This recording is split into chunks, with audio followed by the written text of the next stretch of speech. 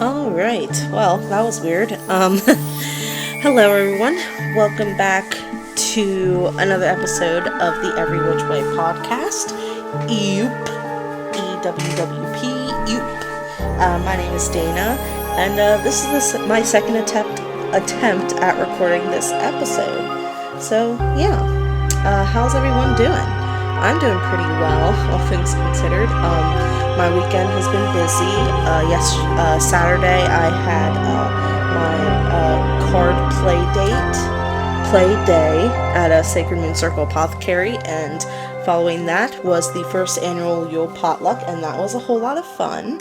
I was very happy to meet everybody, and not meet, see everybody, and enjoy card play and food and drink, and it was just a lot of fun. And today was my father-in-law's retirement dinner down in DC. He was a captain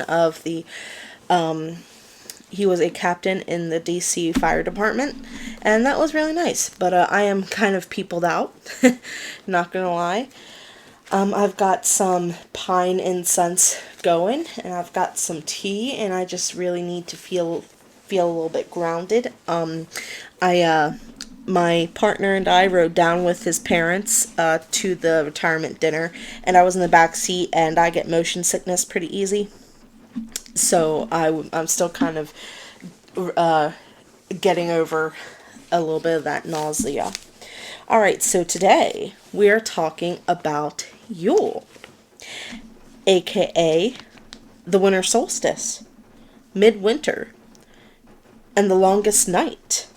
And those are all the names I'm going to list. There are a couple others, but I'm not going to list anymore because, excuse me, I just burped a little bit, but you couldn't hear it. Because I don't want to go through the whole list. I am tired and a little burnt, a little peopled out. So I hope you guys will forgive me. So for Wiccans and the Wiccan faith, this is when the solar god is reborn. And that is because the days start to become longer after Yule.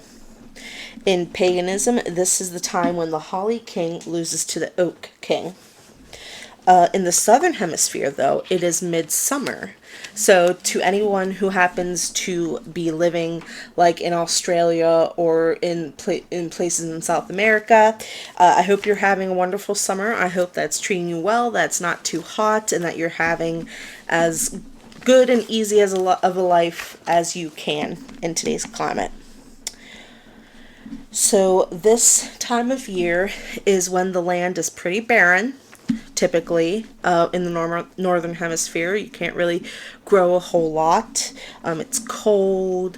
It's sometimes there's snow, and that impedes growth and stuff, and game is less present.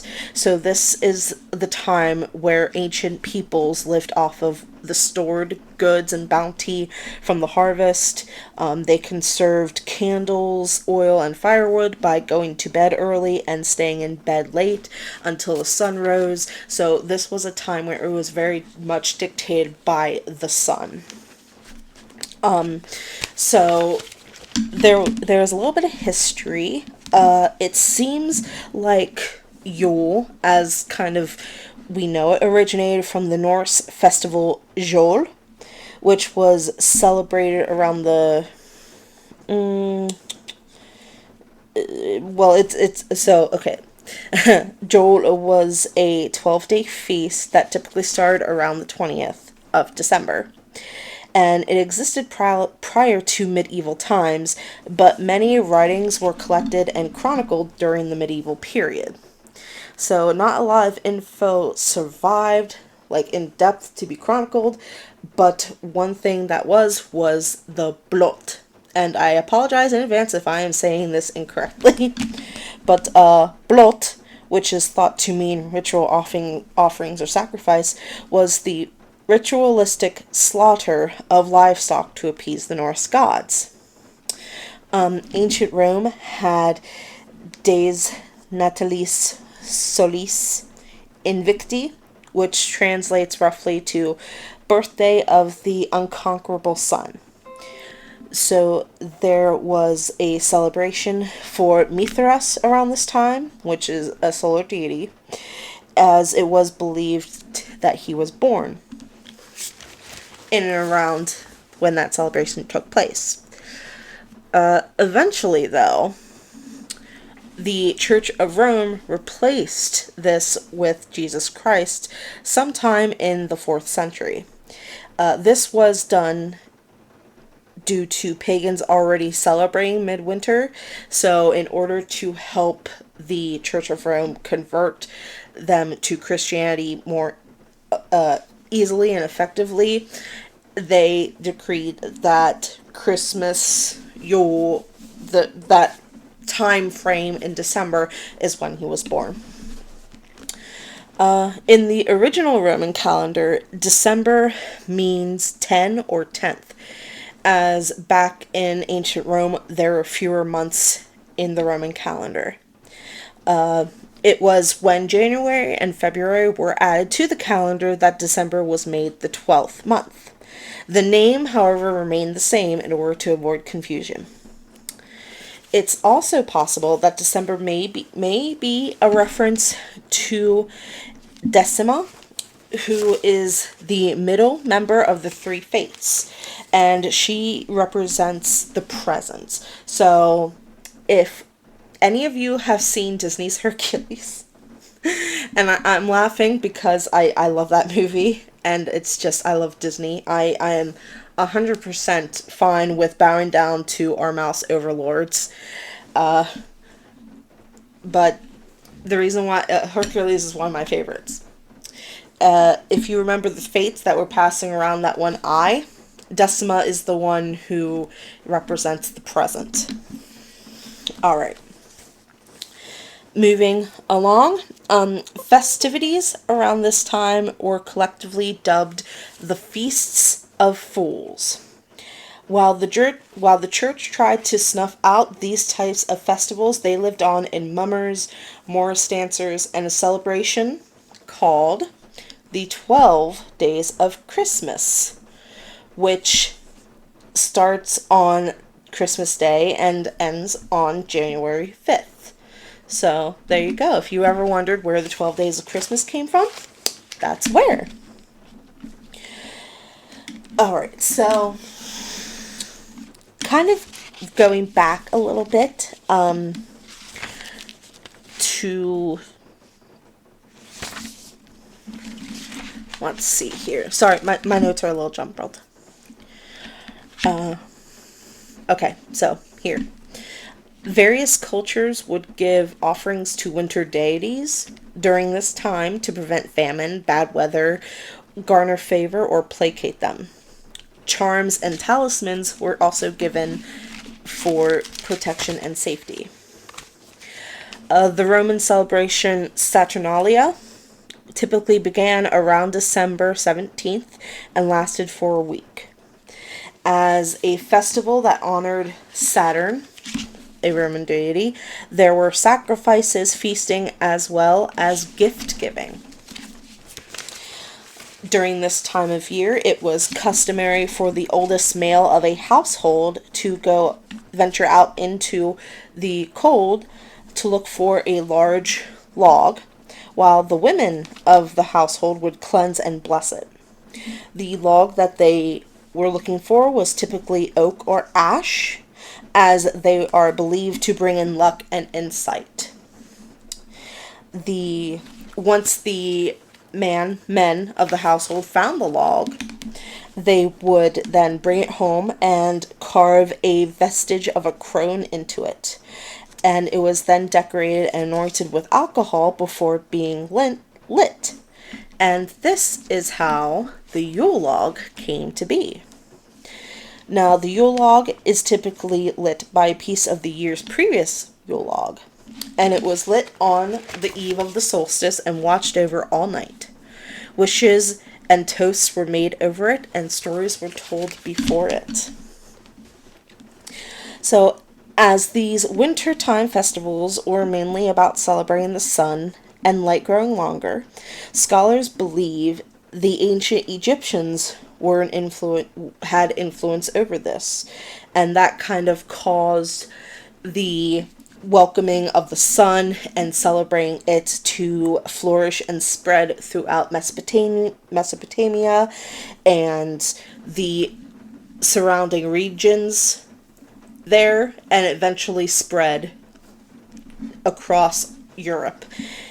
And the ancient Egypts celebrated the rebirth of the sun god Ra every day. And again, as their culture grew, other peoples began to do the same. So, Yule, in its essence, is a celebration of renewal, birth, the continuation of life, and the sun. The word Yule itself comes from the Old English word, and I'm going to butcher this, Yule, Geol, which is kind of a cousin to the Norse Joel.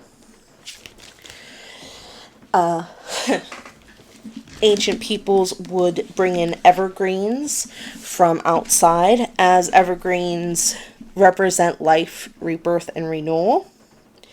And they had the power over death because they never lost their color. They were used to defeat winter demons, and people also believed that they encouraged the sun's return. So, following along with evergreens, we have holly. And holly, which represents the Holly King, has more of a masculine energy. And due to that, it was used to ward off evil entities. The leaves represent hope, while the berries themselves represent potency. And ladies, you know what kind of potency I mean. Yeah, that kind. Coinciding with holly, we have mistletoe, which is the more feminine. And it was very important as the green leaves of mistletoe represent the fertility of the mother goddess. The berries represent the seed of the Oak King. And I'm going to say right now that I know for certain off the top of my head that mistletoe is toxic to animals like cats, small dogs. So please, if you're going to use real holly, be careful. Do not put it in a place that your animals can get to it. We don't want them to get sick. Alright, so the Yule tree, or the Christmas tree, originally represented the world tree or the tree of life to early pagans. Ancient peoples would decorate these trees with gifts they wanted to receive from the gods, symbols sacred to their deities, and natural ornamentations like berries and pine cones, stuff like that. Wreaths were hung throughout the home as a symbol of the wheel of the year or the completion of another cycle. And when these wreaths were given as gifts, they were considered a symbol of infinite goodwill, joyfulness, and friendship. Candles were lit to scare off evil spirits and to coax the sun to return once again. But again, these were conserved as best as they could because they didn't want to overuse their stuff and run out.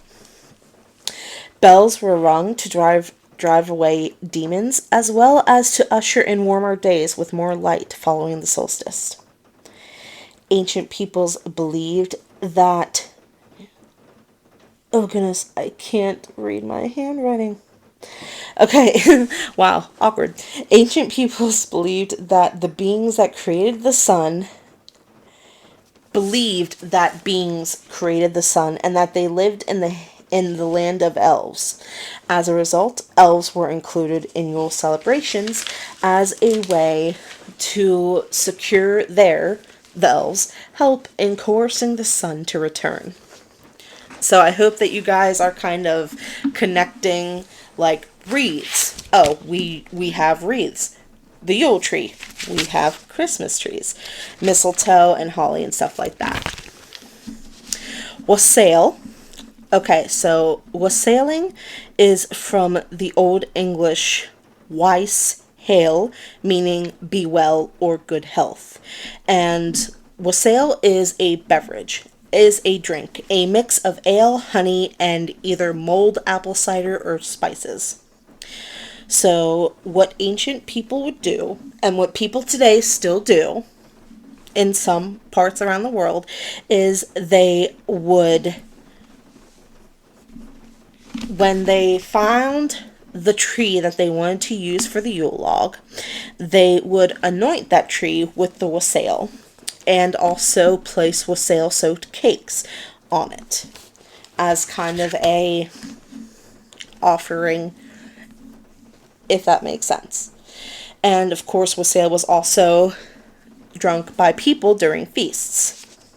And it was common for people to go around in small towns, villages, neighborhoods, and do what is called wassailing, which is the adult version of the next thing I'm about to talk about, which is caroling. So, caroling was done by the village children, who would be gifted with sweets, tokens, or small gifts as a representation of the Mother Earth's bounty from the harvests. So when an adult would go wassailing, they would pretty much be gifted with wassail and with wassail soaked cakes to kind of represent that. During the 11th century, specialty breads were only permitted to be made during certain holidays. And the reason why I bring this up is because gingerbread happened to be one of those breads. So it is because of that and because of those laws that gingerbread has been incorporated into winter holidays and festivals. In Japan, the solstice time is called Toji. Bonfires are lit on Mount Fuji to welcome the sun's return, and vacationing and honoring one's ancestors are done at this time. In Mexico, they have Las Posadas, which is a 9-day celebration held from December 16th to December 24th. During this time, people who are designated as pilgrims walk through a neighborhood or town to seek shelter, posadas, as a way to commemorate Mary and Joseph seeking refuge. The pilgrims are then invited inside and merriment ensues. Yalda is celebrated in the Middle East, mainly Iran, and is seen as a struggle between darkness and evil and good and light. Lights and fires are lit, and family and friends stay up through the night telling stories, eating special foods, and reciting poetry as a way to help the sun in the struggle. Ancient Chinese emperors offered their gods sacrifices on December 22nd. Today, China treats it as a feasting holiday and a time to make offerings to their ancestors. Wiccans cast a circle and do deity work around this time. This is usually done on the eve and the day of the solstice. A Yule log is often the focus, and offerings are made to the mother goddess. Those who follow the reclaiming path mainly keep vigil over the Yule log fire through the solstice night. They kind of act as midwives to the rising sun's rebirth and sing songs to it as it rises. Heathens, or those who follow the Nordic traditions, have the 12 nights of Yule. That is either done with a group or with their family. And they have a variety of activities that they do during this time. Divination, wassailing, burning the Yule log, to name a few. Celtic Reconstructionist Druidism, or Celtic Reconstructionism, doesn't usually celebrate the solstice, as there is a common belief that Druids didn't recognize it. But that's kind of, I guess, I don't know the word for it, but it's kind of not true, because there is evidence that the Celts did celebrate midwinter and eventually Christmas, but that is the Celts specifically and not like the Druids, but some do. That and those from the Reconstruction Celtic Reconstructionist Druidism typically celebrate like the four fire holidays, so like Beltane and Samhain.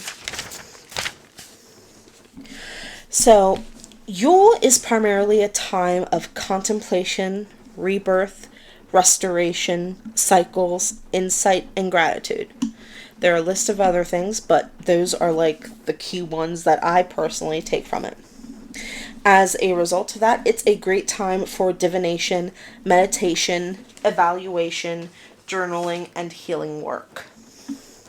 Some things you may want to incorporate into your ritual or spell work include peppermint for divination and psychic powers, nutmeg for awareness and intuition, cinnamon for strength and access to the spiritual realms, Christmas rose for protection and tenacity, turquoise for contentment and healing, the colors green for life, new beginnings, red for vitality and fire, and gold for prosperity and solar energy.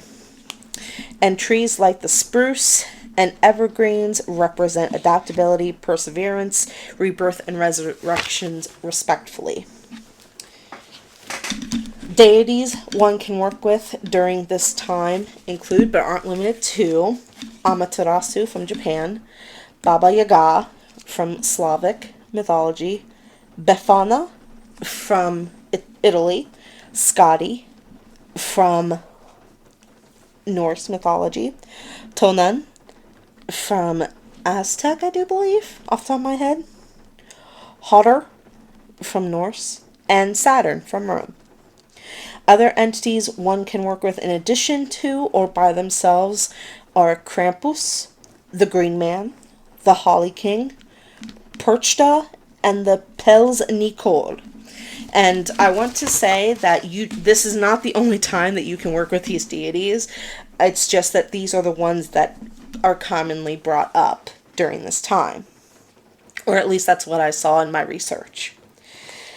Some animals or mythical beings associated with the Yule time include the bear, cows and oxygen. Cows and oxygen! Wow!